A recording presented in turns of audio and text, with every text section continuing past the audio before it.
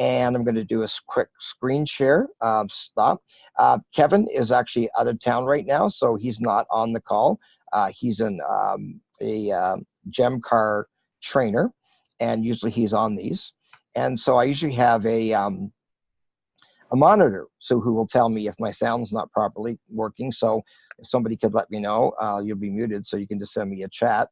But one thing I just started to do last night when I was doing a session is I sign in as a participant on my phone.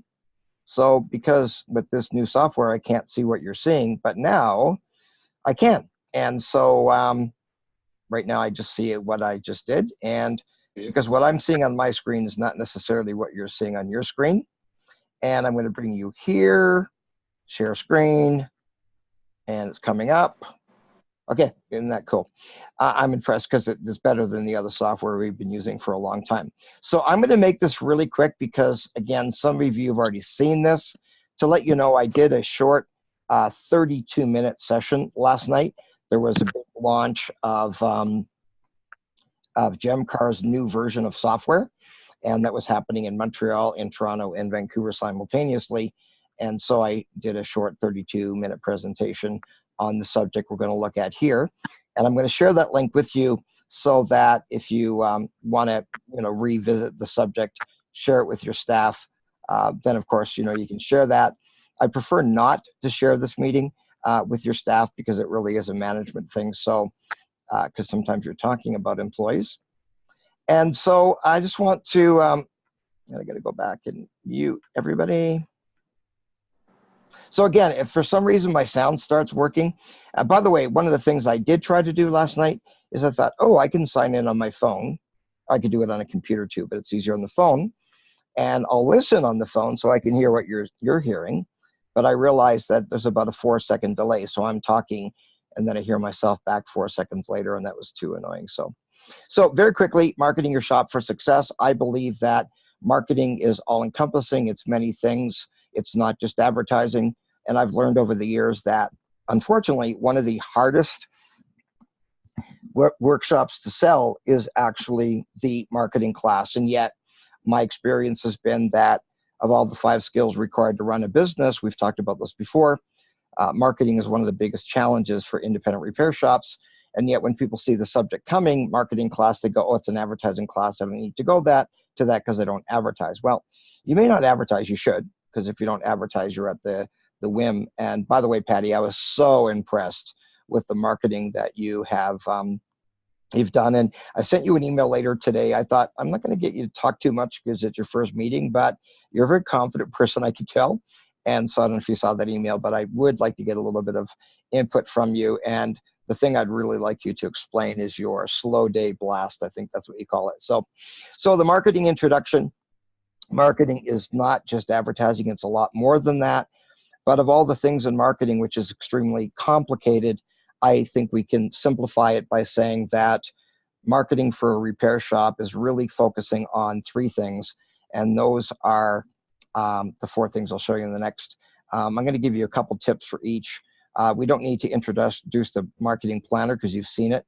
I think, Patty, I think I sent it to you. I talked to so many people in a day now, it gets a little bit confusing as to who's what or said what. And then ways to increase car count. And we're going to talk about that a little bit tonight as well. And oddly enough, it's not going ahead with the slides, and I don't know why. There we go.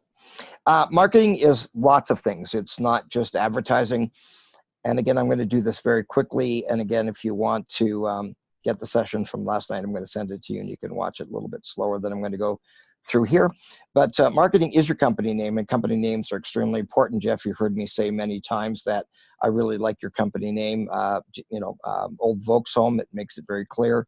But you're right, it can be self-limiting because now you don't just work on Volkswagens, and so a name could be self-limiting. Like Canadian Tire in Canada sells everything that's ever been made in Taiwan, in addition to their repair shops. And in reality, that's become a small portion of their business, and they just keep it open in most cases just because they should have a repair shop and a shop called Canadian Tire. But I know for a fact that a lot of their service departments actually don't make much money. My son used to be a service advisor at the one in our town, And one day he phoned me, he said, Dad, what should our sales be? We've got this many technicians. And I said, well, and I think I told him it should be like $6,000 a day. And he said, wow, they celebrate when it's 2,000. So they had no comprehension of their potential. But just for the record, Canadian Tire is massive across the country, and they have 12% of the market share of auto repair in Canada. So they're huge. So it's your company name, it's your Logan, that's my way of saying logo and slogan fast. Logo and slogan, mission statement, your facility, the appearance, the professionalism, the cleanliness, the image of your staff. I am amazed when I go into some shops and see the advisor on the counter dressed in regular clothes, no uniform, or they actually look like a technician, and there's an impression when a customer comes in that that's a mechanic, so to speak. That's what they refer it to as, and they don't have a separate uniform. And, Phil, I really am impressed with your shop. You've got those really nice, crisp, clear, crisp, clean shirts, and the colors are vibrant. You got expensive shirts, and I think it stands out. It's very clear to people. The signage, again, Jeff, we looked at your signage last time. It's extremely impressive. The street signage, the building interior and exterior.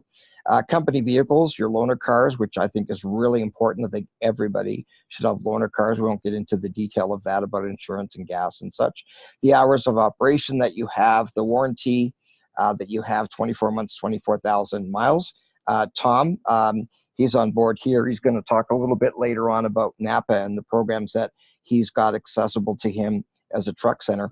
But they just increased their warranty to the retail side. For those of you that aren't aware, they do a massive amount of fleets as well. But for the retail side, there's a new program from Napa that provides 36,000 miles, 36,000 months, 36,000 miles, 36 months warranty. And that's phenomenal. When other people can't do that, then that's something you certainly want to focus on. And I would take it as far to say that I would answer the phone something like, thank you for calling West Service Center, the home of the 36-month, 36,000-mile warranty. Your pricing has a lot to do with that. Packages, seasonal promotions, spring, summer, fall, winter. Do you do tire storage? That's important.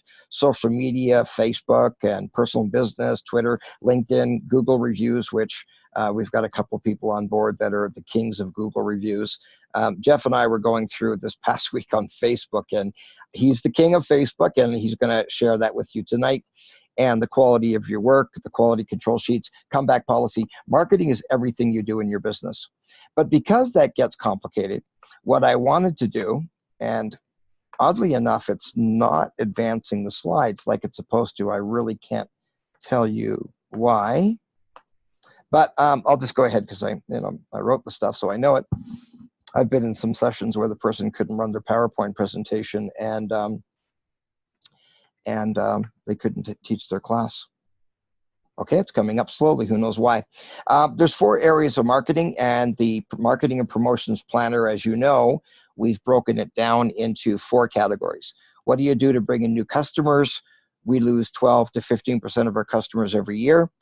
All businesses do, not just ours. Some die, some move away when they're not customers anymore. Tom, you are in a naval base area, so people will move out, and they may deploy 20,000 people all at once, and so that affects your business instantly. And so sometimes you need to bring in new customers because 20,000 just left on a ship or ships. And some of them, unfortunately, they buy a new car, they start going to a dealership because they think they have to. And one of the things we recommend is that on a yearly basis that we communicate with our customers by phone call. So everybody gets a phone call at least once a year, or about once a year. And it's simply saying, hey, Patty, just calling from West Service Center. We just want to update our records. We work on your 2008 Cruise. We work on your 2016 whatever. We just want to make sure you still have those 2 vehicles so we can update our records. And by the way, are there any other vehicles in the household? And you might say, oh, my son has a whatever, or you bought or whatever, or my husband bought or whatever. And go, oh, do you mind if I ask where you get that repaired? Oh, well, it's a new car, so we bring it to the dealership. And then we can explain something about, the fact that we could work on it here, maintain the warranty. And by the way, I don't know if you've seen, maybe it's a Canadian thing, I don't know, maybe it's Calgary, but we're going back to some stuff we saw way back in the 70s with dealerships offering lifetime oil changes. And I recall when I was teaching with Bob O'Connor years ago, when I was heading up bottom line impact groups, and we actually taught shops to have a lifetime oil change program. And it kind of petered away. And now I'm seeing it come back again. I don't know if it's other cities or just here. So we need to increase the average invoice to get people to spend more per visit and increase the gross profit on those. And by the way, I've had some people say, well, 3 and 4 are the same. I disagree, because as we all know, I'm sure, you can increase your average invoice and actually collect more money, but your gross profit actually decreased. And I'll give an example of that shortly here. And then we've got increasing gross profit for invoice because you've got the ability to sell your highest gross profit items. And Tom, I don't know if you had a chance to find out from your dad, but there's a thing I've never heard of. I'm sure maybe everybody online's heard of it before, but I'm not going to take away the steam from Tom. But I got pretty excited today when he's talking about a service they offer. And my thing was, is how profitable is it? Like, I'm sure it is, but that's an assumption. I don't know absolutely for sure. So the question is, everything that you do operates under one of those categories. Now, I'm just a little bit concerned because I don't have a moderator on tonight, and I may not see a chat. So, Tom, I'm going to unmute you, and hopefully it's not going to be too loud, because sometimes there's background noise. And I'm just going to ask you that if any reason, can you say hello, Tom? Hello. Okay, good. So if you could just let me know, sometimes, it starts tiling and you can't hear me properly, and I can't tell because I can't hear what you're hearing. It's doing it right now. It is it? Just started, yes. After I unmuted you? Yeah, but now you sound fine. Okay, so again, if it happens, let me know. What industry has made billions of dollars using these 4 strategies? And the answer to that is the fast food industry. And again, this is odd. I've not seen this where the PowerPoint will not advance. I think everybody probably already knows that it's the fast food industry.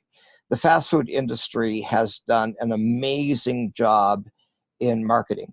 And you think about a company like McDonald's. I was actually researching it not that long ago to find out how much money they actually spend, and it's billions of dollars. And the fast food industry, you'd think McDonald's, everybody knows who they are. The Golden Arch is the most recognized logo in the whole world. And you would think, well, why do they keep on advertising? Everybody knows about you. Well, television advertising for fast food does not increase sales. What it does do is maintains market share. So it simply means if McDonald's stops spending, I think it's $2 billion a year on marketing, they would start to lose market share to companies that do. And we've all seen it where all of a sudden there's far more burger places than there ever was before. There's Five Guys, and there's Whataburger, and there's Smash Burger, and it goes on and on. So the industry's changed a lot. There's huge gross profit in it. And so McDonald's still has to advertise on TV to maintain market share. And they also advertise to tell us about something that's coming back, so they can get us to back more often. Well, they'll advertise that, the new burger's back.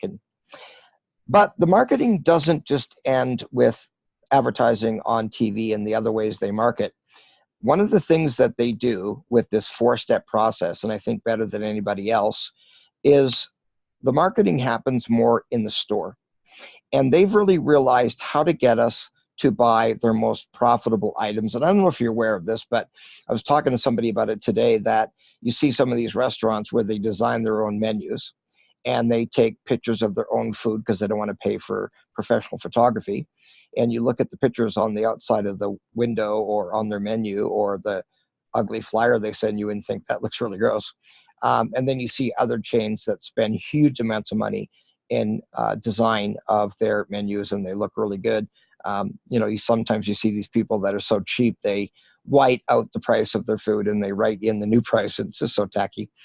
And you think, if you're trying to save money doing that, what are you doing with the food? But I don't know if you've ever studied it, but the people who design menus are geniuses, and they know how to design the menu so much that they know how to make you as a customer buy their highest gross profit items. Well, McDonald's has that figured out. They probably have the biggest marketing budget of anybody in the world, except maybe Coke. What they do is they make it simple for us to not just buy a burger, but to buy the whole meal. So you go in and you see the full meal deals and you say, I'll have a number 3, up supersized, no onions or whatever. And I don't know if you ever noticed, but if you look at a menu in a fast food restaurant, you look to the left, they have the big pictures there, the big fonts, they look really good. And if you look to the right, because we've been trained to read left to right, the fonts on the right-hand side are tiny fonts. And that's where they advertise what the price is for one single burger, what the price is for one single pop or soda if you're in the US. And they've made it so it's easy to buy their highest profit stuff. So what do? They advertise to get us in. They advertise a promotion like in Canada, the Roll Up the Rim program with coffee. I personally think they do that to sell more coffee. It's just a theory I have. I'm kidding. And they do little things like, we have something back. I saw KFC a little while ago, and they had a sign that said, spicy mayo is back. And I thought, why did you take it away? But a lot of restaurants will do that because they want to do something different so they can get us back more often. But then what they do is they get us to buy the meal. They don't want us to buy just a burger. They want us to buy the full meal deal, which does number 3, it increases the average invoice or the average sale. Then they take it one step further, which is the full meal deal, but also the supersize. So yeah, the supersize increases the sale by 80 cents or 89 cents or whatever it is. But it's also the highest gross profit that they have. The most profitable thing that fast food restaurants sell is the full meal deal. And so with our industry, we can do the exact same thing. Now, here's albeit a bad example because of the pricing. And, for the record, I really don't like the 99 when people say 49, 99, 99. Like, we're not stupid. And of course, in Canada, we don't even have the penny anymore, so it's automatically rounded up. But to me, it looks cheap. It cheapens it. And one thing I've noticed, maybe more so in grocery stores, but when you see the package of meat, instead of so much per pound or per gram, it says it's $10 or $5 or $8. And I don't know about you, but as a consumer, I like the simplification of it. You look at that package of chicken and it's $10. Now, you can go through and see which is the highest, weight you can get. That's kind of fun. But when it's a simple pricing, and I prefer not ending things in a 99, I would just put the dollar amount without that. And really, it looks like a smaller amount when it's less number. So if the special was $44.99, it should just say 45. No, that's too cheap. But we could do the same thing in our industry. Spend money to get people in, spend money or do marketing to get them back more often. But we could also get them to buy more per visit by creating packages. And then we could also add things to the package, which are higher gross profit items. And that's why today, when I was talking to you, Tom, about the package you're going to talk about later on, I'm just going to zip through this. And because we've already covered some of this, we're going to talk about it tonight in our marketing planner. But to increase the gross profit, Tom, with your package, I was very curious if that is your supersize. And that's my question to you. When you're putting together your packages, when you go to McDonald's or those quick food places, fast food places, I should say, when you supersize your meal, don't give you a bigger patty, a heavier patty, a second patty. They don't give you an Angus burger unless you want to pay extra for it.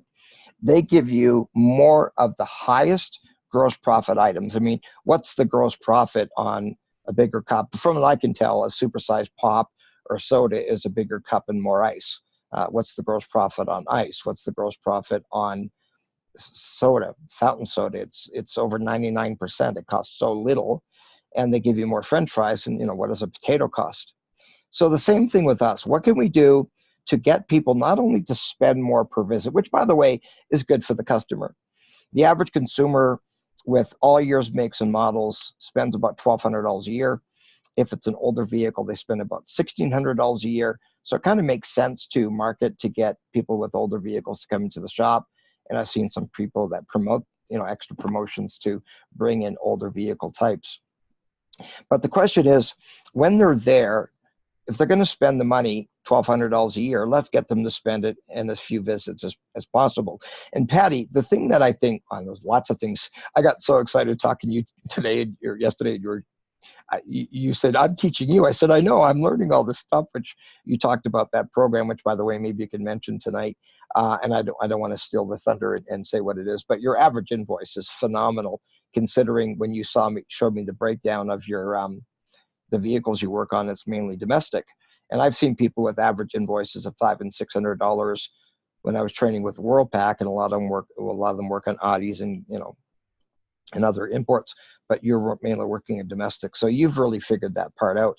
But the point is, if I'm going to spend $1,200 a year as a customer fixing my car, let's make it 16. Let's say it's an older vehicle. If I'm going to spend $1,600, well, I don't want to spend $100 per visit and come in 16 times. I want to come in and spend the $1,600 in as few visits as possible. Now, I'm not going to go in once a year for $1,600 because I'm going to need oil changes and tire rotations and swapping out winter tires and summer tires. So it's certainly not going to be one visit per year. But the ultimate, if it's $1,600, is to have them come in 4 times and spend $400, or maybe 3 times and spend whatever that works out to. So when we're talking about increasing invoice, we're not saying charging more per se. What we're saying is getting to spend the same amount they're going to spend in less visits, plus the same amount they're going to spend all at our shop. So they're not going to spend it a little here, a little there. So the question is, with the fast food industry, their supersize is the highest gross profit items they sell. Again, that 89 cents extra that we pay is huge gross profit. And from a percentage perspective, although the dollar amount is not huge, it's almost all gross profit, so it goes right to the bottom line. And I think as an industry, because we're so nice, if we were running McDonald's, we'd say, oh, let's really impress people. And if they supersize, let's give them a bigger patty or a second patty and really impress them, because we tend to be way too nice. What is your supersize? What are the things that you can add to packages that you sell that supersize, that are the highest gross profit items that you can sell? So what I'm going to do is I'm going to turn this over, and we're each going to share our marketing and promotions planner. And I know that you're a relatively new member, Tom, the newest member in the group, but I'm going to go with you, okay? So what I'm going to do, you're at your computer, I'm assuming, and Yes. I'm going to make you a co-host. We did this earlier today. And so now we're going to see Tom's computer. So you're not going to be seeing mine right now. And we're not seeing it, Tom, just so you know. Again, you don't see what we're seeing at this point now. It's reversed. And by the way, if you have dual monitor, and Patty, I talked to you about dual monitors. Tom, how long have you been working on a dual monitor? How long have I been? It's probably about a year for me. Could you imagine going back to just one again? No. And by the way, his mother, who does all the bookkeeping, and it's the most complicated bookkeeping I've ever seen. I think your full, QuickBooks income statement is, I don't know how many pages long. Every tow truck's listed and everything. And I asked her, I said, by the way, do you have a dual monitor? And I thought she was going to say absolutely. And she said no. And I said, okay, you can get a 32-inch curved monitor for $350. And so Tom goes out, gets her this new monitor, and she's working with a dual monitor for the first time. And from what I can understand, totally loving it. Okay, so for those of you, I think, Patty, I think I said this to you, I think I did, pretty sure, is we've broken down the months across the top. And instead of doing weeks, I mean, there's more than 4 weeks in a month. There's actually 4.2. If we were major corporations, like big companies like IBM or Apple or Windows or Microsoft, we would be looking at every single week of the year. And those big companies go, okay, we're in work 30, I should try this sober. Kidding. We are in week 32. We are in week 36. We are in week 46. They do what they call quarter end. Well, I've never heard a business talk about quarter end and all the things that happen there. Yeah, you look at your quarter, but we don't call it the end. And I think that's too complex because those weeks break over from one month to the other. So what I decided to do is simply make it week by week. And we've got Phil on board, and he's used to looking at things on a weekly basis anyway, so that kind of helps. So Tom, just for the record, again, this scrolls all the way across to December. We're not going to have you look at the entire year unless there's something specific you want to show us. And then I decided to break it down. I've been working on this for a couple of years, and honestly, it's my favorite project. It's never done. When I was working with you, Tom, today, I thought about stuff adding. When I was talking to you, Patty, there's other things I wanted to add. And by the way, I've got a newer version of this again, where I put the sales goals on the top, and you can get it almost like it's going to be a combination with MAP. Anyway, so Tom, your plan for 2018. Well, I guess for bringing in new customers, the first thing I'd like to do is use our towing department to kind of promote bringing customers into our shop. We've been just using word of mouth from the tow truck drivers to, kind of not necessarily persuade. Okay, sorry, can you hear us? Because okay, a lot of our customers, okay, go ahead. Basically, because a lot of our customers are Geico, which is an insurance company for, I don't know how far out Geico goes, but those are huge. Yeah. Yeah.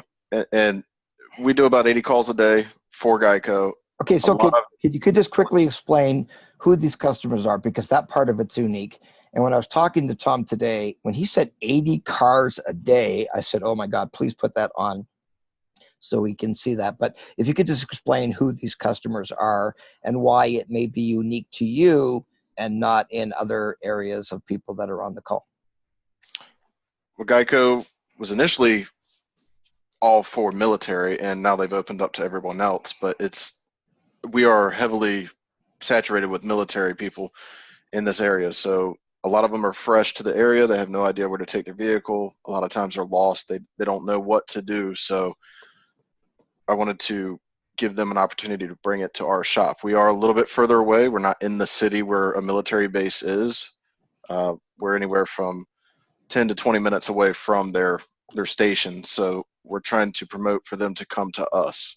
So we wanted to design and print a certificate for $25 and train our drivers to hand it over to them. Okay, so only because we talked about this earlier today, and I want to clarify because you had to educate me because I wasn't familiar with how this worked. But Geico is the insurance company for these people's own personal vehicles. So we're not talking about Geico Fleet. We're talking about these military people who relocate to your area, are insured by Geico. So if they need to get towed, they automatically call you because you're who are they get in that area. And so what's happening is these people are calling West Service Center's towing department because they broke down, or they, their battery died, or they got a flat tire. So their tow trucks from their department go out to these vehicles. And what we're talking about is giving those people, say, by the way, West Service Center isn't just a towing company. We have a repair facility, and we'd like to give you a $25 certificate so that you can come in and get $25 off of service. So what a great opportunity to capitalize on people that are not the fact that we're capitalizing they're broke down. I mean, you're a tow truck, that's what you do. And by the way, I just found out today that Tom's wife is a graphic artist. I think, oh my God, that's awesome. Phil's on board. His daughter's a designer. And so we decided $25. I've seen people do things like $5. That's an insult.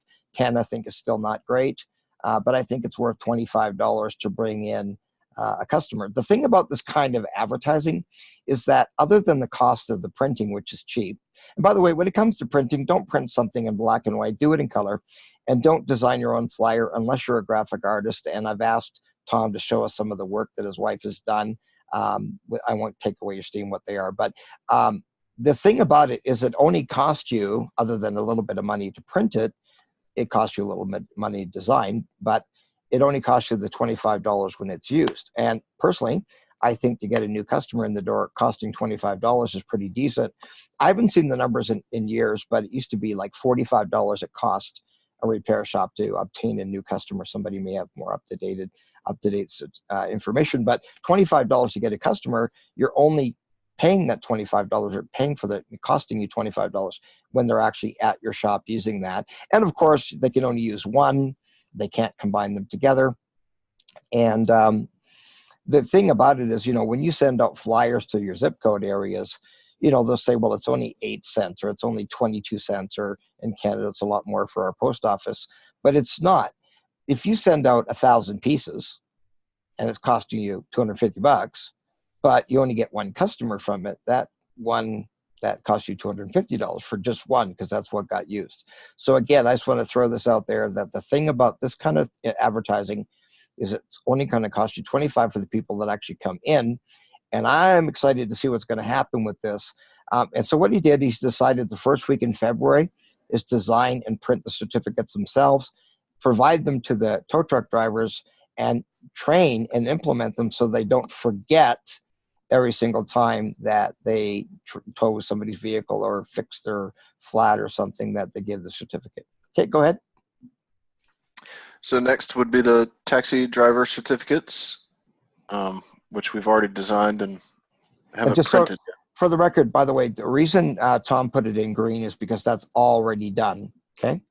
So I kind of like the color thing. By the way, can you just quickly scroll down to the 65 ways to increase car count? What he did is he watched every single video, I think twice. I know, Jeff, you watched it a few times and took notes. And he color coded it. So gray means he's already put it on top, and green means it's already in place. So I just wanted to show, here's this guy saying, I think I'm not ready. Well, you watched every video twice. Yeah, you did a great job, Tom. Okay, go ahead. Do you want to see the certificate now? Or? Oh, yeah, please show it. Yep.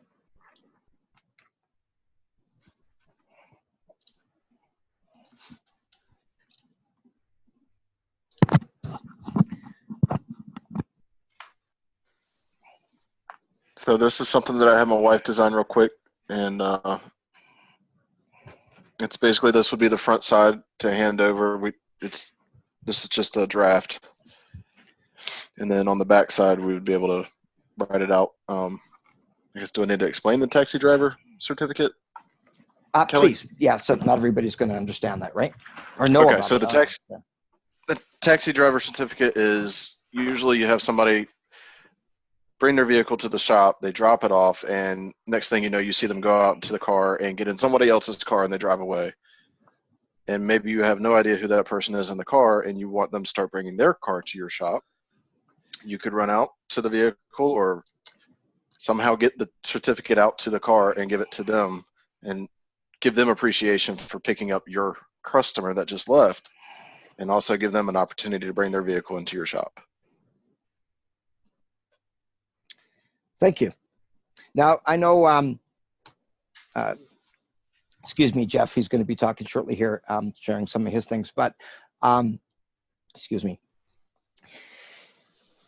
He's already been doing it, so you're just going to be starting to implement this. But I tell you, your wife's ability to design this, I mean, that's a very, very attractive piece. And can you just show the back, or did you? Yeah, right here. Okay, great. Back to the planner, please.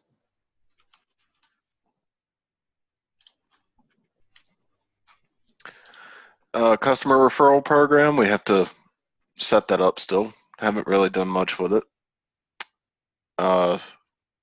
Having the best warranty, that's where we went through Napa and extended it for an extra year, or 12,000 miles. Now, could you do this for me at this point? Is go to the Napa program. I do promote being part of a banner program. I'm not a huge fan of actual franchises, but a banner program still allows you to have your name, and it's important to me. Your company name's well known, and Jeff with Old Vauxhall, I have a friend of mine in Calgary, and I said, by the way, I've got this customer, and his name is Old Vauxhall. He goes, oh yeah, that's Jeff Ook. I thought, okay.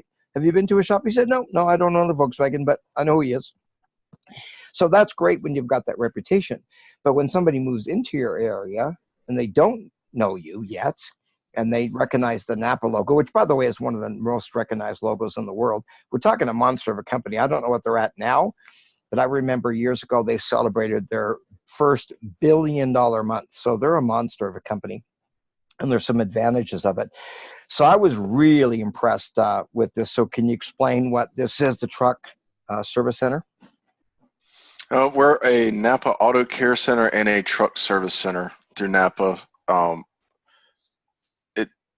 I can only see the truck service center site. I still get all of the Auto Care Center site information as well. But they offer you Pro Image if you want to design your building around their logo, which we do not actually participate in. We like to stay private and just actually have a Napa sign hang on the building, which I think is all that. I totally agree with that. Yep. That's all you have to do to be in the program. Pro Office, you can design your interior. This is the main thing that I love about it. They give you several different avenues for advertising and marketing. Okay, would you mind at this point talking about, because I wanted to get the group's input, and I'm going to unmute everybody here, because I had to ask, like, new mover, I don't understand what that means, moving targets. I'm curious if anybody has used moving targets or welcome wagon, and I asked him what the birthday thing was, and that surprised me. So I'm going to unmute everybody here, and you can give some input on whether you like this idea or not. No, I tried to unmute. Oh, there we go. It just is slow doing it. Jeff, you're still muted. I'm not sure why. Okay, now you're not. Okay, so I'm curious. First of all, has anybody ever used Welcome Wagon, where people move into the area and they get the package and they get all the free stuff? Has anybody ever used Welcome Wagon or Moving Targets? We use Welcome Wagon. So, Patty, how long you been using Welcome Wagon? We only did it for a year. So you didn't get good results? No. Got the bottom feeders that we don't want. In the package, we gave them a free oil change to get them into the shop, and that's all they ever came for. So, by the way, just a second, I'm not saying this because of what you just said. I was going to say it anyway. I've asked people in classes about Welcome Wagon, and the number one thing people do is a free oil change, and I'm going to encourage to never give away a free oil change for any reason. Now, if we screw up somebody's job and we want to make something right, well, in your case, Phil, you'll give them, $25 in bonus bucks. But my experience has been with people, in fact, without exaggerating, every single person that said they didn't like Welcome Wagon was giving away a free oil change. And our recommendation is, here's what I think. We want them taking out their wallet on the first visit. We want them to understand how this works. You are going to open your wallet when you're at my shop, okay? It's just the reality of any business you go into. We open our wallets. And so when it's something free, it does tend to attract the bottom feeders.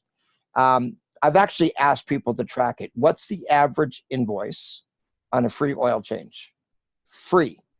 What's the average invoice on a $29.95 oil change? Now, it's not exactly $29.95, but a lot of those people are not going to spend one dime more. They're there for $29.95 because that's what you told them. So if they spend more than $29.95, then they think they didn't actually get whatever it was for free or whatever that price is. So it wasn't $29.95. I spent $80. But when you give them a $25 certificate, then that's something they're going to buy. And I know people who've done it. And by the way, you would think, well, people are going to do something cheap. They're going to come in and just do an oil change. And Tom mentioned today with that, one thing that I agreed with. I don't like asterisk marketing. I don't like to see a flyer or a sign, big letters that tell you what you're getting, asterisk. And the way I perceive it is what the large print giveth, the asterisk taketh away. And by the way, I saw one that was really bad. I won't mention the name of the company, Budget Muffler in Vancouver. And they had an oil change special on their website for $29.95 asterisk filter extra. So, go away, people. Like, you're just going to piss me off. Oh, you want a filter? Oh, my God. And you want oil? Oh, my God, that's going to cost you more. I don't like that kind of marketing. Now, in the case of Tom giving away a $25 certificate, we don't want to have them use that to get a free state inspection. That's $16.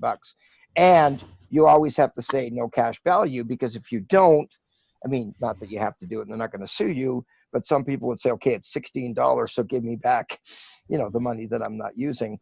And Tom said, and rightly so, it's one time. So if you don't spend $25 today, you're not going to get the difference back, and you can't use it again for another visit. But my experience is with Welcome Wagon, $25 tends to work really well, and that's going to draw somebody in that's going to buy something from you anyway and get $25 off that service. and from my experience talking to people in our management groups in the past, the live groups that I've done, people have said people usually wait till they're doing something more major to use the $25 for. Okay, sorry, back to you. Anybody else use Welcome Wagon, by the way, or moving targets? Okay, and by the way, there's this short little video. We're not going to look at it now, but it's a 5-minute video. I think it's 5 minutes on moving targets and how that works. And because in your case, you're a Napa Auto Care Center, you get a premium price on moving targets. But okay, so back to you, Tom. Birthday. We had talked about possibly not doing the birthday, but no, I want you to explain what the birthday is, please. Oh, okay. I guess somehow they have a database of birthdays and where you live, and they will send you a special or a whatever you want to send them for their birthday. Okay, so what I said, just so you know, to Tom today, I said, okay, I want to hear Jeff's input. Jeff, you get a message from somebody you've never dealt with before saying to you, happy birthday. Now, if somebody's a customer of yours and you send them a birthday card, oh, Jeff sent me a birthday card. But how would you feel if a business you've never dealt with sends you a birthday message? I think I would feel a little awkward about that whole situation. I don't think I would certainly run out and we have no relationship. It's like somebody, I don't know, somebody I've never met in 20 years, an ex-girlfriend send me a birthday card. Yeah. That would be kind of how I feel, I suppose. Oh my God, that's funny.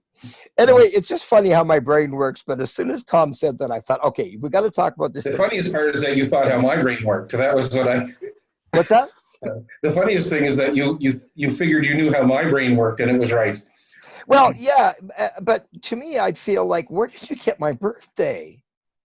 Now I see a lot of people today when they ask for your birthday on something, they ask for the month and the day, not the year, which I appreciate being 55 years old.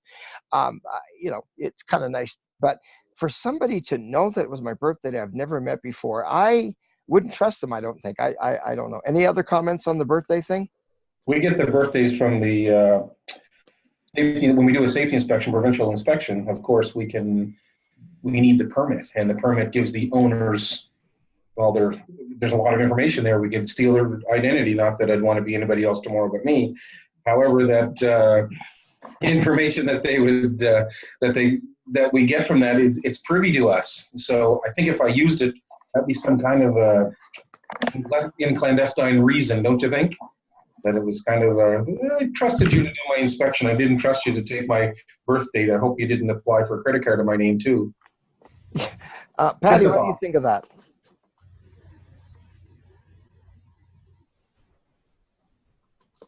Patty?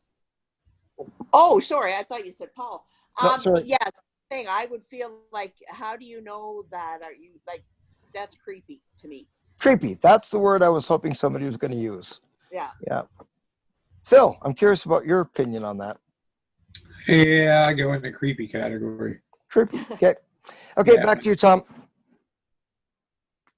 I'm surprised they offer the service. I'm just saying. Yeah, I don't even know how they get the information. Probably don't want to know how. Anyways, back on this. Where was I? Okay, That's whenever the warranty. warrant. That's really cool. 3636. Yep, a fleet sales package. Napa offers one. I'd probably redesign it completely using my wife, but use their setup as a template to start from, and start promoting some more smaller fleet sales, trying to bring in some more fleets for our business. The donuts, pizza, and popcorn. Start visiting. Okay, sorry. Just a second. I don't think Patty's seen this. Can you scroll down to the 65 ways to increase car count and just quickly explain how that works? You've done a great job with this. And again, I think everybody's watched all the videos, but can you explain how that works and maybe even click on it and see? The donuts, pizza, popcorn? Yeah, please use that one. Oops. So there's 65 videos on the bottom, and we're not going to hear the sound of this, but there is, of course, sound. I do want to say before you see me that the camera adds 25 pounds, okay?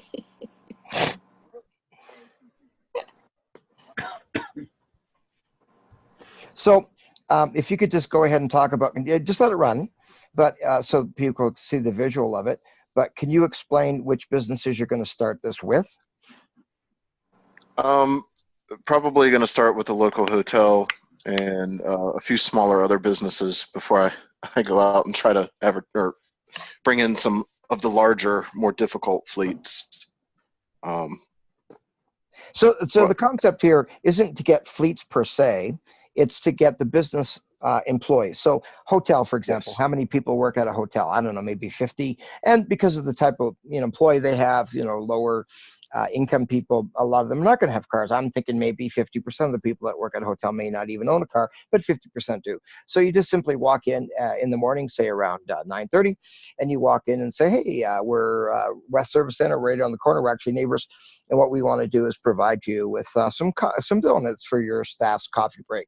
And so they go into the staff room, and then they open up the box, and then it says West Service Center in there. Now, you're seeing here is one shop that I was actually at printed their own pizza pot boxes, and they bring pizza to various businesses.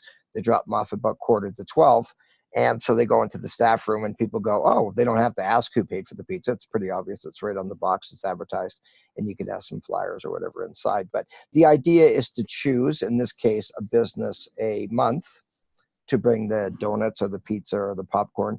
Popcorn, I mean, how many people don't like pizza, popcorn, or donuts? And so Tom and I were talking about this today, and he's going to choose. So you can stop the video now. But just to let you know, Patty, every one of those below, you simply click that, you watch the short little video, and then if it's something you're going to do, like Tom did, is the gray, that means he's already cut and pasted taxi driver certificate, put it to the top, fleet business, he's already indicated he's going to do that. So it's not just good enough to watch 65 ways to increase car count. The question is, are you going to do those? You're not going to do all 65. So you copy and paste it and put it up top. And is it designed to bring in new customers, bring them back more often, increase your average invoice, increase your gross profit? And when are you going to start doing it, and what needs to be done? Okay.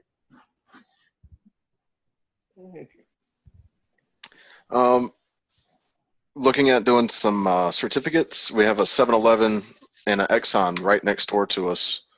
The Exxon's right across the street. 7-Eleven is immediately right next door. And it's a very busy 7-Eleven and Exxon because we're located at the very front of an industrial park. And every morning there's a line almost out the door. So we're looking at setting some certificates maybe on the counter. I think we had talked about like $15, Kelly. Yeah, I just had the idea that I would want it less at 7-Eleven. At least the people at Exxon do have a vehicle. And, I mean, if I had a gas station, yeah, I'm not saying they're going to do it. We don't know. And it's an experiment. I mean, marketing is an experiment. It's all something you're going to test. Not all of it, but most of it. And so my idea was you go into 7-Eleven and you give them these $25 certificates, and it's towards, that there's no specific amount, but it does say you can't use it for the state inspection. But the idea is, I mean, I would let you have them there because my customers come in to buy gas and it's like, oh, here's a $25 certificate. That piece of paper is worth $25. We do recommend, and I get this from Phil, that he says he makes it the size of a dollar bill. We don't have dollar bills in Canada anymore, but you make it the size of a bill, so it's going to sit in their wallet. And he had mentioned that somebody came in and used one of these, and it was sitting in their wallet, and he could tell, by the way, it was folded so many times that they'd had it in their wallet for a while, knowing one day they'd use it. And so the idea is, instead of having to get permission from Exxon, we were talking about advertising at the pump or putting it on the pump and saying, it's right there. That would have to be approved by Exxon, and it could take a really long time. But the Exxon, it's owned by somebody individually. And I think if you came in and said, here's these $25 certificates, we're right across the street here. And, people think, oh, every time I get gas, I can use the certificate. Now, one of the concerns Tom had is the employees would use one every single time they come in. But, I mean, that's a risk. So you try it. If it doesn't work, stop doing it. And 7-Eleven, I just recommended, yeah, they may do it, but I wouldn't make it $25. Okay. I've definitely got to work on encouraging some more of our Google reviews and other reviews online. We currently use DemandForce. I've got great reviews on that, but because we're tied in on Google with our towing department, and of course that's not a glamorous business, sometimes not the best driver. Oh my God, that was a perfect way of putting it. They're probably not the best representatives out there on the road, and sometimes have an attitude, even more so than a mechanic. No, an attitude from And, no. and Go ahead. I've gotten some bad reviews on that. I'm down to about 4.0 stars right now, so it's not looking too good. And by the way, you showed it to me. It's not that bad. Okay. Yeah. And unfortunately, the towing company is under the same name. It's not a separate company. So. Yeah. This right here is the Virginia Beach Welcome Center. It's just an idea. I need to go investigate it a little bit more. It's probably about 20 minutes away from us, but it's it's also a tourist area. The Virginia Beach area is, so I'm not really looking for tourists, but more so those military people that might be, just learning the area, and maybe put a pamphlet or something in there with a discount or a certificate. Okay, And see if we'll we have can to move you along only because we've got to get to everybody else. But I mean, like I said, he says to me, I don't think I'm ready. I thought, oh my God, you're ready. Can you explain the RV show? We've got 3 local RV shows. They're very large shows. They've got dealers at them. And I was thinking Oh, I'm going to review them a little bit just to sorry, see Tom, if it's I accidentally admitted you. Sorry. okay. Go ahead. Let me start over.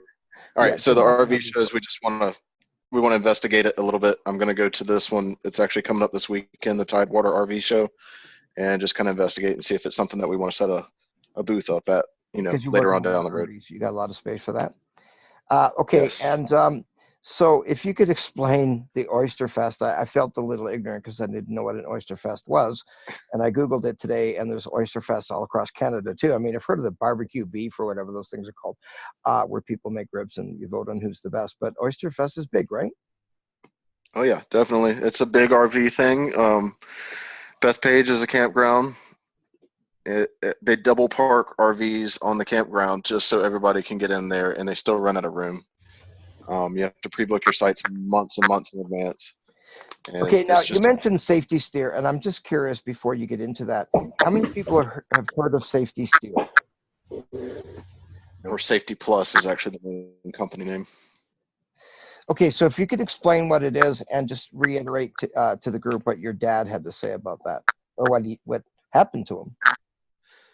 He just recently bought an RV and was heading down to Hatteras, which Kelly's been there before. It's on the Outer Banks of North Carolina, and almost drove off the road because a gust of wind hit him and kind of lost control of it. A brand new RV is about to run off the road.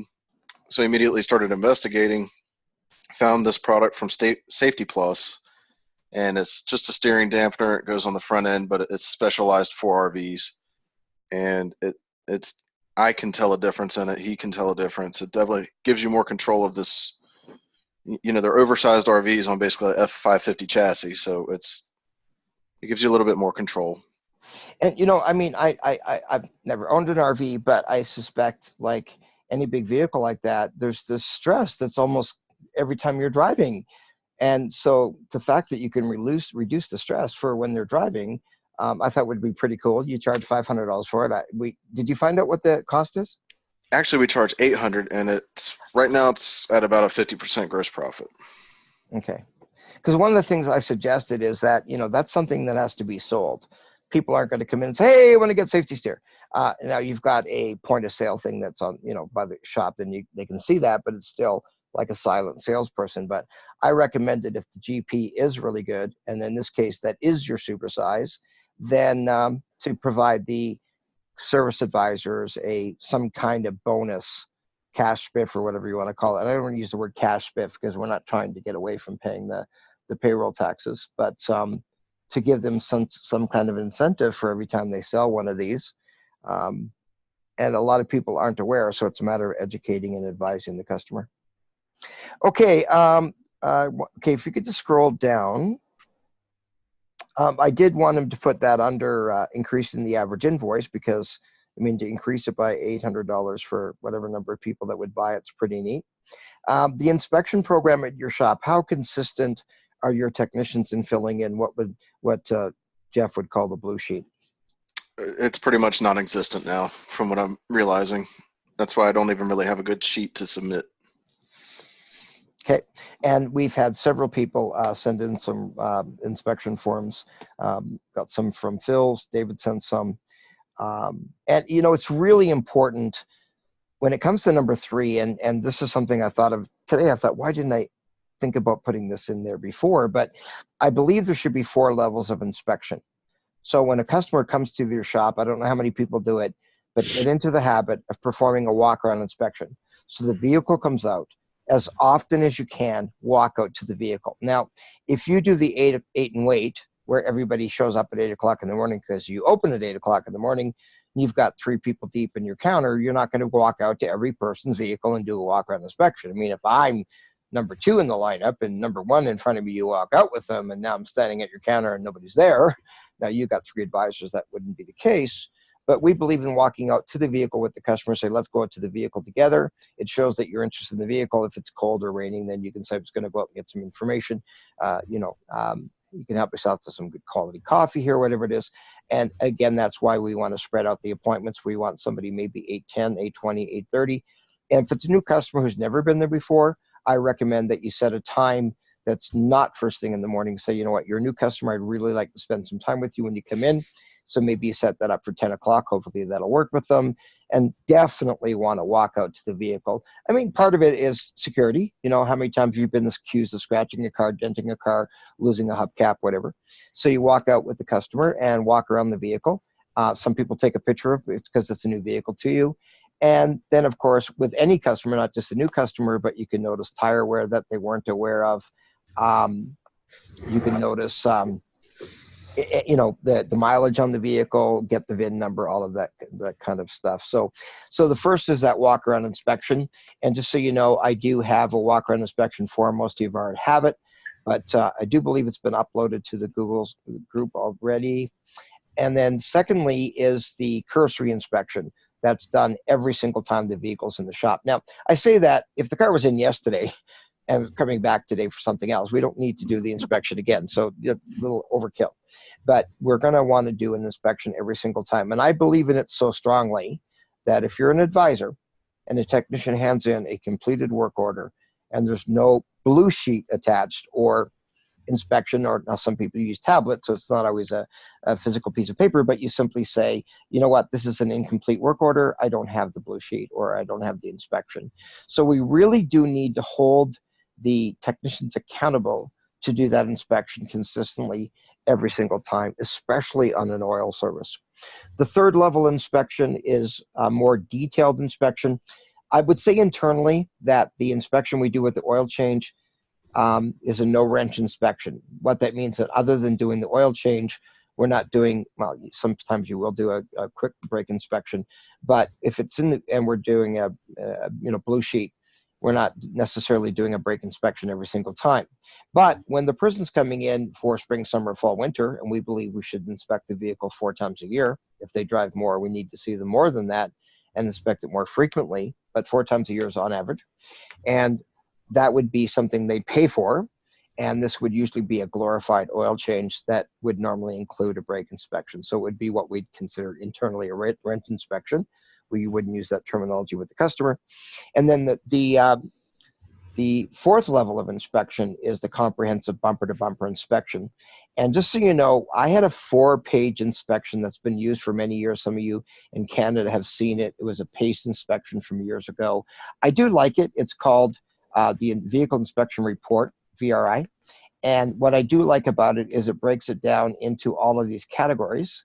And it goes into columns of A, R, and S. A is advice. I want to advise you that your timing belt should be replaced in approximately 6 weeks based on how much you drive. You explain what could happen if it breaks, if they got an interference engine especially, and say we're going to make your appointment for that to be done. So it's just advice. It's not something that has to be done today. Recommend is a little bit more serious. It doesn't have to be done today, but it's something that you want to take care of in the next while. Your brakes are down to whatever percentage, and you really should be back in to do that. We'll make the appointment, or maybe it's tire wear and you want to make the appointment to have their tires replaced because they're not quite ready today. And then S is severe safety, something that absolutely has to be done today. You shouldn't be driving it unless this is done. And so just so you know, I took that form with a couple of what I would consider brilliant technicians, and I, excuse me, I still having some issues with my throat. We took it and we turned it into a 6-page. And so it's the same concept. So I'm going to be sending out to you tonight by email, not just uploading it to the group. And I would like your opinion, because I'm not a technician, as you know, and I would like your opinion. And the idea is to sell comprehensive inspections. And I'm going to be sending you a list. It's either 18 or 21 in that list. And it's 18 opportunities to sell these. Now, a pre-purchase inspection, you're not selling those. People are buying them. If I bring you a vehicle, Tom, and I say, I'm looking at buying this, can you inspect it? You didn't sell me an inspection. I bought one. But if I come in and you notice a for sale sign on my vehicle, say, hey, Kelly, I noticed you're selling your vehicle. Have you had an opportunity to have it inspected? We can inspect it for you, and then you can use that inspection. Something just went wrong. We're all back, right? Yep. Okay. And that was weird. And so there's other opportunities. A person's going on a trip. They're back from a trip, whatever. They're selling the vehicle. I just mentioned that. So I'm going to send you the 6-page. Here's what I'm going to do.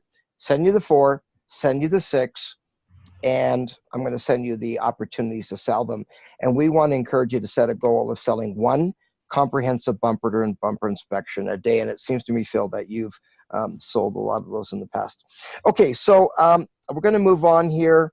So Tom, you've done a really good plan here. I'm trying to scroll down on your screen. Can't. Increase the average invoice is the inspection process. And you know what? I appreciate your candidness that the techs aren't doing it consistently. And I hear that a lot. Yeah, it should be done, but it's not being done. It's a very important part of the process. And honestly, as a customer, because I am a customer in our industry, if I go to you for an oil change, I expect that. I don't know what happened there. I've not seen it do this before. Anyway, Tom, thank you. You've done an amazing job on that. And so what I'm going to do is I'm going to take the power back, and then I'm going to turn it over to Jeff. So Jeff, can you pull up? Kelly. Can you pull up your marketing and promotions planner, please? It's not a lot different than what you and I have worked at the other day. It's, right, but people are going to be seeing it from you for the first time. Now, you just get to give me a second here to make you a co-host. Okay, and now you should be receiving a request to show your screen.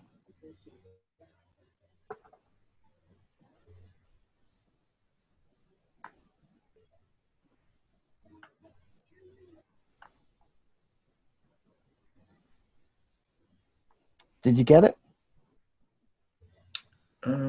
Can share. I think it's this fellow. Yeah, like I said, it's a little bit complex. Yeah, got too many screens up. Yeah, you're there. Does that work for you, Kelly? Yeah. Okay. Thank you, sir. No problem.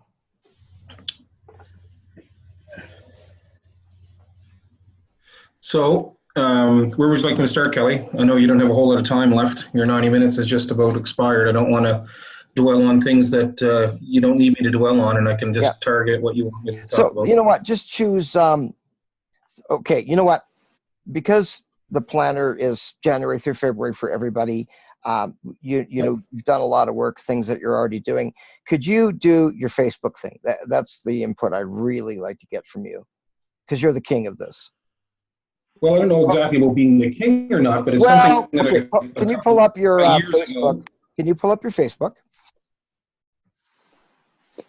and show us how many people saw your business Facebook? And by the way, I'm just going to mention that David gave a really poor excuse for not doing his. His wife had a baby. Where are your priorities, sir? I'm kidding. That's really, really good priorities. And so, yeah, I didn't expect everybody to have this done for tonight, but okay. And again, you have to go, and this is the part that's a little bit cumbersome about this, is you have to, we don't see what you're seeing, even though you may have. It won't be so hard to find. Yeah, so you have to stop share and then new share. Yeah, got it. That should do it. All right, you should be able to see my screen there now. We see your beautiful building. Yeah, that's the front of the shop, which there may, in a year or two, there'll be an addition to the left side of that screen. I'm hoping at least 2 more bays, but we'll worry about that when the time comes. The Facebook presence has been pretty important. I mean, this week I've been down a lot. I've only had 2,535 people that I've reached this week during Facebook. Now, I target pretty specifically the area within a 60-kilometer range from the shop. And I think that's an important, I don't want to just go too far. It just ends up people across the country. It's just silly to try to target people that will never, ever be my customers. So I'm pretty sure that these people are actually potential clients of mine or will be able to share somebody, because Volkswagen and Audi, as anybody that's worked on those, know that they're a cult-like following vehicle. So if your uncle drives a Volkswagen and you see anything that's kind of cute on Facebook, you tag your uncle's name in it, and that's sort of how this grows, I believe. So this was something actually. Jeff, can you just go back up there? Now, yes. I've heard contradictory things about Boost Your Page. I've heard people say it's not worth it. You have done it, and what happened when you did your? I do it once a week. I set a very modest budget, usually $15 or $20 a week. But usually one of my 3 weekly posts I'll boost. It'll depend on which one it is, which one's going to get the most activity. Often I will get between maybe 1,000 natural interactions between I'd call it an organic actions to my regular Facebook posts. And if I boost it, I can get, well, I've got as many as 10,000, 11,000 people will have seen that in an area that, 60-kilometer radius of the shop. And as you know, Kelly, if you go 60 kilometers in one direction, you're in the middle of the Atlantic Ocean. If you go 60 kilometers the other direction, you're in another province. So it's a long, skinny 60 kilometers, that's for sure, or 120 kilometers. Okay, so I got to tell you that if you've got 10,000 people who saw that, and it was down this week to 500, sir, I'm going to say that you're the king of Facebook. You're a star. Well, it's true. I mean, how do you argue with that? So here's one I posted since we've been online tonight. While I was listening to you guys talk, I was multitasking, and I just put a couple of business cards on my desk and took a picture of them and posted them. And these are just the 5 staff members that have business cards. There's 1 business card missing, of course, here, and 193 people I reached. Now, I know that doesn't mean there's 193 customers, but I also have a lot of people that will interact with me through Facebook Messenger, just another way to get a hold of me. Nobody has my personal cell phone number except Kelly, and David does, because he and I have been texting during this session. Anyway. Okay, now, you only have one person who has a unique business card, and that is who and why? No, there's 2 unique business cards. Okay, well, they're all unique. There's just what I mean is one additional thing on it. Oh, that's my new tech. Is that what you mean? No, the next appointment. Oh, that's right. Derek's, I should have taken a picture of the back of that. Derek's on the back of his, he's got, and it just says your next appointment is, and half of that business card is a place that he can write. And we don't ask our customers when it's convenient for them to come back. We just, your next appointment is the week of June 3rd or whatever it'll be. And we don't even ask if it's good for them. We just tell them we'll be in touch with you the week before. And that's up to Lisa to make sure that she contacts them a week or so before. And she's really good at it. She sets an alarm with Google Calendar. It comes on in the morning. And between 8 and 10 in the morning, she'll call a week's worth of appointments. It works really good. Or next week's, I should say, appointments. It works really well for her. And a lot of the times, that's great. They've either forgotten about it and they can move forward and say, all right, that's great. Or we've never yet, I would say not once, had any resistance to that. And it really surprised me because Yeah, the whole shop, everybody went kicking and screaming to this pre-booking, but it's easy. We haven't been doing it long enough. We've only started that in November, I would say. And now we're starting to get the first batch of pre-booked appointments coming in. But we have 2 indicators on every single vehicle, especially in our province. We've got a safety inspection, provincial safety inspection, so we can get at least that pre-booked appointment no matter what. We can tell them we have a stamp sticker on the windshield that says that sticker expires in April. We can pre-book that appointment easily for April and tell them that we've done it. And it takes that, you don't have to worry about this, we got this. And the other one is an oil change sticker. Now, I know that there's been some controversy lately about people taking other shop stickers off and putting your stickers on. And re-stickering, and I don't agree with that at all. I know maybe you might have a different idea, Kelly, but I would have taken probably 20 of my, what I would call my top customers, and just pulled them aside in my waiting room, sat in the same, in the chair beside them, and asked them, what do you think about this? And every one of them thought it would have been very presumptuous. Okay, now I just want to say something. Yeah. A few reasons why that we may do it. If the oil change sticker is starting to fade, or they write it very clearly, some people put it wrong, and the next oil change is in 50,000 kilometers, not 5. That's right. That's right. No, we pay attention to those details. Yeah, and secondly is that if you've got a printer, it looks a lot more attractive than is one that's handwritten. So I know a lot of places have the printed ones now, and I think everybody should have the printer to go along with that. But anyway, just to let you know, I should have said tonight's meeting is going to go 2 hours. I should never have said 90 minutes. I apologize for that. But we are definitely not going to go beyond that. So anyway, Jeff, quick question about inspections. How good are your technicians at filling in the inspection forms? They're slow and inconsistent. And I think that we could really fill in some holes if we could have a very consistent inspection process that everybody in our shop is able to follow the same inspection. I'm not sure. I was kind of taken back, and I wrote that note down that somebody, or maybe you mentioned you would sell a top tier inspection. I'm not sure that I would sell it in my shop, or if it's something I would sell. It's just something we offer already. All that to say is when we have our meeting and I introduce our sheet, and this is the second time I've reintroduced the sheet, and when my guys look at it, the look is, we're already doing this. We just haven't recorded it yet. So I think the actions are being done. They're looking at every brake pad, they're looking at every coil spring. There's a system. I mean, I'm a tech, so I have a technical background, and I was proud of the career that I've made before I became a shop owner. So I understand what these guys are trying to produce for me, but they have to slow down so that they can produce for me. So just a couple things, because we're going to get to Phil, and then I'm going to David. I'm going to ask him about the inspection process, and then I have a few questions for Patty. So if I brought a vehicle to your shop and I said, look, I'm looking at buying this vehicle. Let's say it's 15 grand. Yeah. Would you inspect it for me? Would you charge me for that?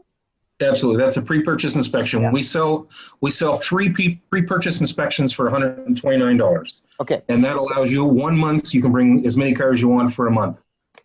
Okay. So let's say I come into your shop and I say, I'm going to be selling this vehicle, and I was wondering if you do an inspection so I can help sell the vehicle, because I know it's in good shape. Would you charge me for that? We would. Okay. If it was are you my customer? Yes. The question is, if you were my customer, then we probably wouldn't have to do that inspection. We already know the car well enough. Okay, true. That's a good point. Very good. Yeah. Anyway, just so you know, when you see this inspection form, we're talking 300 point. It's a 300 point inspection. On the average, it takes an hour and a half to do that, and you're not selling any parts along with that. And now you may sell work on it, but if it's a pre-purchase, of course, if they're not buying it, they're not buying any parts from you. Okay, David, you sent me some inspection programs. How is your shop doing at doing the inspections every time the vehicle's in, or at least on an oil change? Every oil change, GemCar is set up to actually print the sheets out when we on certain line codes. So I always give them out, and they have to fill them out, and they're given to the clients afterwards. So they're done every time, really. Every time. So if they hand in an RO or work order without one use, you hand it back, right? Yes. Yeah. So they're done consistently, and that's the key. And it's a matter of doing it long enough that it becomes habit. So if you've handed back to me, a couple of work orders and say, "Where's my blue sheet?" Then I'm going to start saying, "Well, I'm going to have to do it because he's going to send me back." So you're using the inspections in GemCar, and I agree with they're great inspections. What I'm talking about from an inspection process isn't so much a brake inspection form or an alignment inspection or whatever. What I'm talking about in separate from that is walk around inspections. Is there one of those in GemCar? I haven't seen one anyway. And then, of course, there's the cursory inspection with GemCar, of course, and it has a lot of those. Anyway, just to let you know, several members did send inspection forms as per my request, and I'm going to send those out to everybody. I'm going to send you one email with all the inspections so that it doesn't get, mixed in with some other stuff. And I'm going to be sending you the 4-page and the 6-page, and I'm going to ask you for your input. And maybe what you want to do is hand it to your technician and say, "What do you think of this?" And again, the first 2 inspections are complimentary, the walk around and the one with the oil change. I believe we should be charging people for this, the middle of the road. Okay, Phil, your turn, sir. Yes. Now, do you have something to show us? As far as No, I'm the kid in the classroom that's not prepared. well, yeah, but you haven't communicated with me either, so something's up. I know that. Okay, lastly, I'm just going to, Patty, I'd ask you if you could share a bit of information. Is your husband Andy, is that right? Yes. Okay, I just want to make sure I've got the name right, because I went to your website today. I thought, whatever Patty's husband's name is. So I went to your website, and it's very impressive. Your website's great. So are you okay with sharing some of the things that I emailed you about? Yeah, absolutely. Okay, so a few questions. You've been in this 13 years. You've got an amazing average invoice. Your parts GP is really good. So you're doing a lot of stuff right. So what have you found to be, when it comes down to the 4 areas of marketing, what are the things that you have found that have helped you the most in bringing customers to your shop that have never been there before? We have a sign out front for Magnet Signs. Gets changed every 2 months. We did probably 2 years ago, and probably for 5 years, did the buy 4 oil changes, get 1 free, and it seemed all the free oil changes went out in the same month, and it really affected my gross profit. And it's like, we got to do something different. So I quit doing that, and we're giving $10 off every oil change, which is the same to the customer, the same to us, but it spreads it out. Yeah, it doesn't hurt my GP all at the same time. So that's advertised on the sign. Just word of mouth does amazing for us. We do pre-booking appointments. We pre-book our snow tires when they come off in the spring. They're booked 6 months later for the fall. We offer tire storage. We pre-book caliper services. We service everybody's calipers every 6 months. Automatically. Automatic. Brilliant. We were pre-booking oil changes, but we're with Protractor Management System. Yep. Their system has changed a bit. Tried their CRM. We're on a different CRM now with My Shop Manager, and they're doing all that for us. So right now I've held back on pre-booking the oil changes because I don't want to bombard my customers with too much all at once, but I do want to get back into the pre-booking the oil changes. I like the idea of the business card saying your next appointment's the week of blah, blah, blah. Okay, and I think I sent you a copy of the article on the commuter's oil change, where people are sitting idling and they need oil changes more frequently. Patty, okay, you have mentioned My Shop Manager. Now, has anybody heard of My Shop Manager before, the company My Shop Manager? I never did. Okay, so, and the reason I say that is because Patty was quite surprised when I'd never heard of them, and I hadn't. Now, found out later on that it was something that was referred to her from Management Success, and I have a feeling they may own it. I don't know. But I know they don't. Okay, I'm kidding about that. I was kidding. But, I'm familiar with Demand Force and MechanicNet and, some other CRMs. And just for the record, GemCar just bought a CRM program that I've seen demos of, which is amazing stuff. I wouldn't say it's the absolute best out there, but from what I've seen, it's the best of what I've seen. But could you explain what it is? And I don't know if are you in front of your computer? I know we're at home. Okay, that's what I thought. So yeah, you're on your iPad or something. So Yeah. one thing I was really impressed with is it's not just CRM and texting. It shows all sorts of neat stuff that you don't see in your shop management system, like a map of the area, and it shows where your customers are coming from. And you showed it to me today or yesterday. You could click on, oh, that's that customer from Toronto. That's that one here. So that's pretty neat. And then it also showed you the percentage or breakdown of how many Ford you work on, how many GMs, how many Chryslers, etc. Right? Yep. So Yeah, could you like just, go ahead. No, you go ahead. Can you explain in a nutshell what's it called again? My Shop Manager. My Shop Manager does. So they're linked into my system. Every time I post an invoice, 2 days later, thank you goes out saying, is everything good with the repairs we did, blah, blah, blah. So right now I'm just using the text portion of it. There is an email portion of it. There's a mail portion. I'm just using the texting. My customers like the texting part. They get reminders for oil changes. It's been 3 months since you've been in. You're due for an oil change. Give us a call. I really like the slow day blast they have. Please, yeah, tell about that. Yeah, it's I can target the customers I want to send out. If I've got a few days where there's no, like I'll check Monday morning, and if I've got a Okay, sorry, just a little slower. no Check Monday morning. What do you mean by that? I'll go on to, my schedule on Protractor to see what I've got coming in for the week.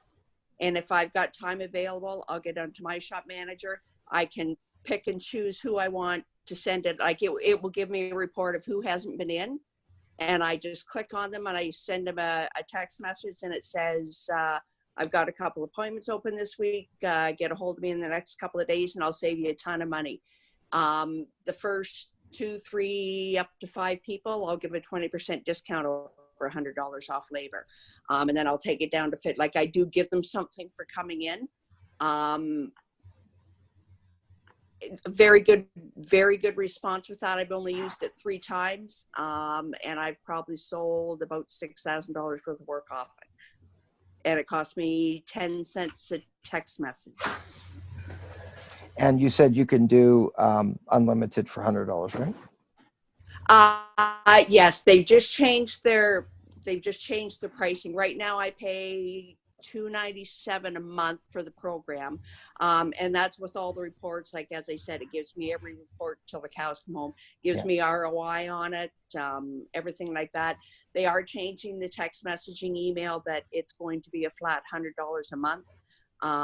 It is a US program. So, and we're in Canada. So there is the US exchange I'm dealing with, but, once I go on to that, then I can do the unlimited text and unlimited email, and it's $100 a month, and I will go for that.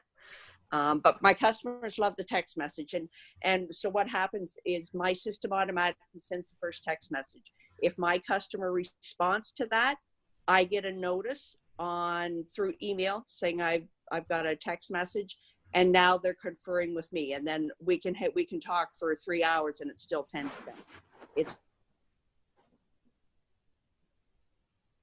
Hello? Yep. Okay, sorry. I just got a message. David said his phone died. So the shop in that picture. Okay, David happens to know the shop in the picture that I'm showing for My Shop Manager. He knows the shop Redline Speedworks in New Jersey. So that's interesting. Okay, so Patty, thank you for bringing that up. And then as far as getting people back more often, what are some of the things you mentioned? Pre-booking appointments. Yeah, the tire storage. We give out a bag of popcorn with every invoice that says, thanks for popping in. Our customers love it. Awesome.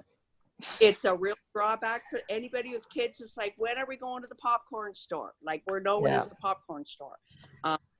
So, people with kids, and I'm a very personal person. I know my customers. I know what their kids' names, whatever. It's a real family business, and they come back for that. They come back for the popcorn. You know, I forgot about the thanks for popping in. I've seen some people do that. I and- think I got that from you. Okay, yeah, because it's not, you know, it's funny as a trainer, I will have somebody say, you know, you told me that. I thought, oh, yeah, I forgot about that. I forgot about that. Thanks for popping in. I was in a hotel one time and it had a survey and comments, and it had 2 mints stapled to it, you know, the little plastic mints. Well, not plastic mints, but they're in plastic. And it said, your comments are worth a mint to us. Somebody, I'm trying to remember some of the other ones. Oh, somebody had bags of peanuts, which you have to be careful with because of allergies, but we go nuts after your business. I'm going to, I had one customer, I completely forgot about this one, but for customers like you mentioned, Patty, that you know well, you want to be careful with this one, but they would put a roll of toilet paper in the person's car and with a little thing on it that said, next time your car takes a crap, please remember us. I thought, oh my God. So, I mean, that is so unique. But you have to be, you don't want the pastor getting that one. But anyway, things that make your shop unique. But anyway, thanks for bringing up, thanks for popping in. I completely forgot about that. Okay, then as far as creating packages, just for the record, some people have heard me talk about this in classes. Phil, you've been in classes where I've done this. So I'll say, okay, here's what I want you to do. In a group, I want you to create a package. I want you to name the package. I want you to say what the labor is going to be in the package, how long it's going to take, what your GP on the labor will be, parts that are included, what are your costs roughly, and what's your GP going to be on the parts. And so we want you to create a package that's going to give you overall 60% gross profit. So it's the full meal deal with the supersize. And one group came up with the I Can See Clearly Now package. That's what it was called, from the song. I Can See Clearly package simply meant that they were going to replace your bulbs with higher quality halogens or whatever if they didn't have them. Headlight restoration, which, by the way, when I first bought my Jaguar, which I like the car, it's old, it's not brand new. I'm not driving a brand new Jag, but I bought the brand new headlights, the bulbs, the first day I bought it. But I didn't do the restoration. And I looked at it, I thought, yeah, I mean, I should get this done. Phil, you were mentioning about the restoration and what you guys charge for it. But it's a really good service. It's something that a lot of people simply don't think about. And now I just lost my train of thought there. Oh, yes, I Can See Clearly package. It included Rain-X on your windshield, replacing the wiper blades if they needed to be, new bulbs, and the headlight restoration. So it was I Can See Clearly Now. And I thought that was a really, really creative thing. So we recommend that you have a meeting with your staff, maybe once a week or every couple weeks. And one of the things you do is say, hey, let's create a package. And, Phil, you've seen where I've done it in groups and people say, what? In 10 minutes, you're going to ask, yeah, you've got 10 minutes. I've never ever seen where a group couldn't do it. And I'd say, okay, what's your package? What's your package? What's your package? Some people did the gas miser package. How do you save money on fuel? There's the performance package. And so you can get really creative in creating full meal deals and making sure that you put some of the higher gross profit items in there, like fluid flushes, etc. So Patty, what are the things that you've done over the last 13 years that have allowed you to get, and especially your shop, because you've got such a high average invoice, what do you do to get that high of a ticket?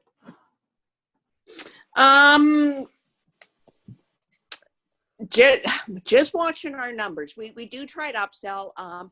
We don't have a hard time selling. If a car comes in for an oil change, we find it needs this, and this, because we are in a rural village. Next biggest town is like 12 clicks away.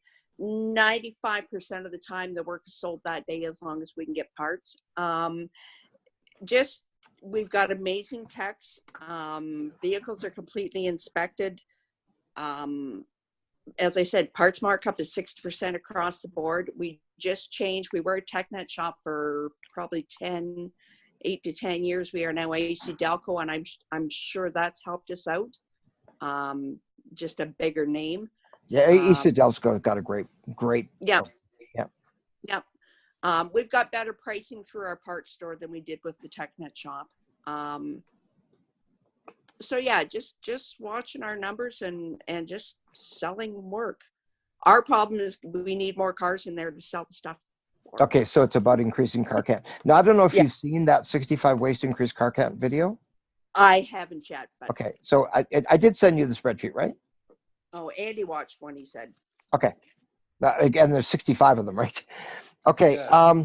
"Yeah, David just asked the question, are you talking about now, just for the record, she mentioned 60% markup, not 60% GP. So there's a difference there. no, 60% gross profit." Okay, so his question is on dealer parts, question mark. Pardon me? David wants to know if you're getting 60% gross profit on dealer parts. Oh, no. But we sell very few dealer parts. Very, very little dealer parts. Because of AC Delco. Yeah. Right. Okay. Anything else you want to add, Patty? I don't think so. And just for the record, Patty, it's not typical for me to just out of the blue say, hey, can I call you and do this private thing? But again, I'd seen you by these webinars and I thought, who is this lady? I need to get to know. So I make this phone call and Andy's laughing and I'm getting pumped and motivated. As a lot of people know, by the end of a call, I'm just bouncing off the walls. But I was so impressed. I had no idea anything about your shop. I mean, I knew you were in Ontario. And how much is your labor rate? 103.47. Okay, so 103.47. Honestly, I only know a handful of shops that are in Toronto or the GTA, the Greater Toronto Area, that are over 100. Almost every shop in Toronto is 96, 95, 94. They're so afraid to go over 100. And you are over 100 and you're in a small town. And I've had people in Ontario say, I was at a session in Ottawa where somebody was there, it was $58 an hour, and they refused to go up on their labor rate. Wow. And honestly, you've seen it in a lot of rural Ontario. Honestly, there's some of the lowest labor rates in the country. I personally, I'm going to take a stab at it and say that you are the only shop that I know of in rural Ontario outside the big areas. Again, most of the people in the big areas aren't over 100 either. But I think you're the only shop that I know that's in rural Ontario that's over $100 an hour. Now we've got Tony, who's in our group, and he is over $100 an hour. He's 110, something like that. So anyway, I'm going to end it here as far as the live meeting goes. I did want to keep it to 2 hours. Again, this was overwhelming. I did appreciate your comment, Jeff. He'd watched the videos twice, took notes both times, did the marketing thing, watched it again, took notes, and then sends me an email and says, this is overwhelming. Now, for me, because I live and breathe this stuff, I love it. But if you gave me a set of wiring diagrams, I'd go, what is this? My brain doesn't think in terms of wire. Like even when I buy something you have to put together, give you an example of me. I bought a barbecue and I phoned my best friend or one of my best friends, Ivan. I said, Ivan, I'd like you to come for dinner. I'm going to make homemade wings and fries, which he loves. And I said, I'm going to pay you $200 to put together my barbecue. He said, I'll do it for free. I said, no, you're not going to work for me for free. So he came, because when I opened up the barbecue and saw how many parts, and you know, the diagrams that show the screws going every which direction, no way. So he came to my house, he put together my barbecue, loved it, and I did something else in the interim. I came back and said, thank you very much, here's your money. And he put together my barbecue. And I was happy because if I was doing it, if I was your technician, I would be swearing, I would be throwing tools. I'm not good at that kind of stuff. So I understand, Jeff, because it looks a little overwhelming. But Tom and I were working on his today. Well, we've worked on it last week or something too as well. It wasn't just today. But the idea with this promotions planner is it's a work in progress. It's not in stone. I like it because, you know, if you're saying, okay, I'm going to design this flyer by such and such a date, and you don't get it done, move it on to the next week. The whole idea is that you take your whole year and you plan out what you're going to do. Like your shop's anniversary, well, you plug that into the month that's going to be. Tire storage, winter and summer, well, that's pretty obvious. You plug those in early. As I mentioned, October. You know, you want everybody to come in October, and I recommend that you send an email to everybody to come in early. And I think I told you about that. Rex Sarzen did that in Ontario. October 1st, he sent out an email to his database and said, come in early, beat the rush. You're going to get a free high-quality snow brush. We'll put your name in for a draw to win free tire storage for the season. And I don't exaggerate, 98% of the people already came in before the end of October, which he had his best October ever. And similar to what you do, Jeff, and I was very impressed, what Jeff does with all the tires that he stores is he has a a co-op student. By the way, the co-op student that you have, Jeff, are they subsidized like under the STEP program with the government or something? The high school will come just about any week now. Actually, I'm going to call for them to meet with me, and they have it's called an O2 program. So I'll get a grade 11 or grade 12 student who has to put 200 hours in the trade of their choice. And how many hours? 200 hours. It's pretty good. So it takes them pretty much to the end of the school year, a few days a week. Wow. So yeah, they cover the drivers, make sure they have a driver's license. They cover workers' compensation for them, and I can work them like a rented mule pretty much for 200 hours. So I don't mind. I put them in I've got a steel container at home, and we'll bring over like a dozen sets of tires at a time, and he'll learn how to use our tire balancer, and he'll be very intimate with that tire balancer before 200 hours are up. But we'll clean and tidy and make sure our owner cars are vacuumed out and the fluids are all topped up. He'll get to take tires off of cars, or we'll take the tires off and he'll mount and balance them for our staff. And so people come in and you say, would you like to have those balanced? And it's good because unbeknownst to them, they're already cleaned and balanced. And when I say cleaned, I mean, we scrub them and then put them all back and label them and make sure that we know whose are whose. And it works out pretty good that way. There's not one customer really has ever said, no, don't bother balance them. I like the vibrations. So, and I kind of explained to them sometimes the weights fall off just by moving them around, and they understand that. We don't charge for storage, by the way. So yeah, okay. By the way, I was at the tire Tire Hotel in Toronto where they have 20,000 sets, not 20,000 tires, 20,000 sets of tires in storage. They do it mainly dealerships. But one thing they do is they do a leak test on every single tire, or they charge for it, and they clean the tires just like you mentioned, and balance them. I'm speaking with Carol, I think it was yesterday or today, and she had no work. There was not one car in the shop. Now that shouldn't be the case. But I said, okay, you've got your guys there, well, one full-time, her son works part-time. And I said, okay, get them to start today balancing every tire that you have in your shop, which is not a lot. I think she's got 20 or 30 sets. But at least they're going to be busy today. So when November comes, they're already balanced. So you're not trying to balance and, mount or put them on. Okay, any other questions, comments? I'm going to stop. I'm going to keep it going for the purpose of the people who weren't on the meeting. Just to let you know, Carol did one of these things, and so did Tony. But what I'm going to do is I'm going to send you their planners so you can take a look. You know what I've learned going through this is, Tom, I learned some stuff from you today, Jeff. Like I've taken Patty, some of the things, I'm asking her questions, and she said, you're supposed to be teaching me. I said, I know, but I want to learn some stuff too. But none of us have it all together. But together we have so much information together. It's just phenomenal. And that's why I like management groups, because we work together. And honestly, dealerships have been doing this kind of stuff for years and years and years. The 20 group concept has been really well, marketed across North America for dealerships. And there's very few independent groups like this. So with each other, all helping each other out, it's just, I'd love to see it happen. Okay, any other questions, comments? One thing I'd like to ask Kelly, if there's a get-together for our group at some time in your radar in the next 12 months or so. A live meeting? Yeah. Yes, there's going to be. There's, I have to decide how we decide whose shop it's going to be. But yeah, that's the idea, is that we meet once a year as a live group. I ran several groups for Worldpac years ago, which, by the way, is my favorite parts company I've ever dealt with. Bosch and AC Delco would be following behind that. But anyway, we had one in Seattle. We had one in Denver, 2 in California, a couple more. Southern California, Northern California. We had one which is Nevada and California combined, so we call it Calvada. But once a year, we'd all meet at the everybody who wanted to go, at the Worldpac headquarters in San Francisco. And it was really neat to see what I call the summit, and we brought in all the groups combined. So you got to meet people that you'd heard about. So yeah, I want to do the exact same thing with our group. Okay, any other questions? And by the way, you'll have lots of notice. Any other questions or comments? Patty and Andy, right? Thank you very much for being on.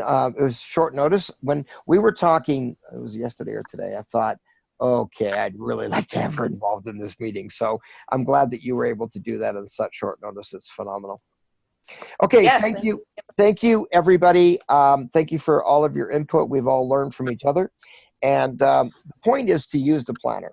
And as I mentioned to Tom, by the way, today, one of the approaches that I've taken with business quite some time ago is I came up with this concept of the professional development day. I have friends that are teachers, and they have professional development days. And when I was a parent with 3 kids, I thought, my God, they have more professional development days and teachers conferences than it seems we had when we were kids. But professional development day simply means these teachers stop teaching to go to learn. I talked to a friend of mine in Toronto. He's a teacher for the board there, and they've got PD coming up. And I said, how many sessions do you have a choice of? How many workshops? And he said dozens, and they're all various different topics. And I thought, isn't it neat as a shop owner, business owner, any business, not just a shop, that you take a professional development day once a month, that you don't go to your business, you simply work on your business.